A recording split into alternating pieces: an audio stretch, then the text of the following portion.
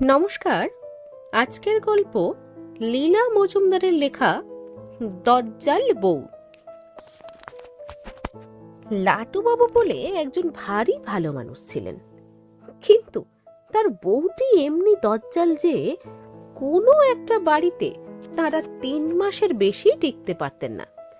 তারই মধ্যে হয় পাশের বাড়ির লোকেদের সঙ্গে, নয় বাড়িওয়ালার সঙ্গে ঝগড়া করে, নয়তো বাড়ির নানা খুঁত নিয়ে লাটুবাবুর উপর রাগারাগি করে শেষ পর্যন্ত বাড়ি ছাড়তে হতো।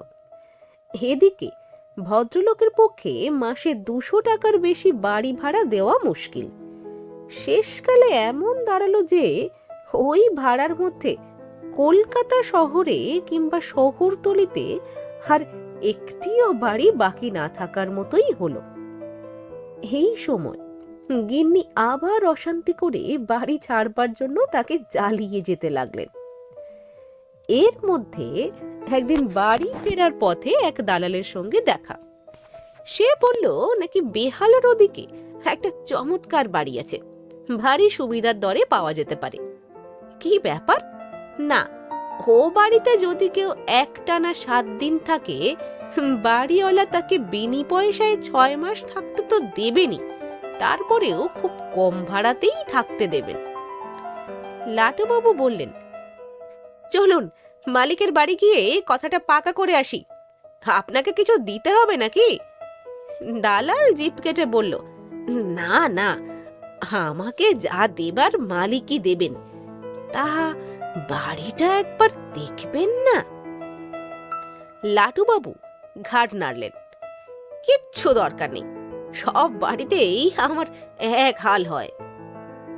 মালিকের বাড়ি গিয়ে লেখাপড়া করে দিয়ে চাবি পকেটে ফেলে বাইরে এলিয়ে পড়। দালাল কেমন একটু উসখুস করতে লাগলো।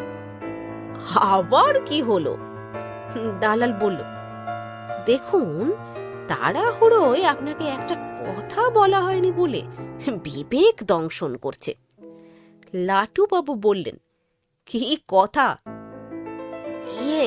মানে রোজ রাতে যে এ বাড়িতে আসে সে একটা গলায় দড়ে মানুষ না।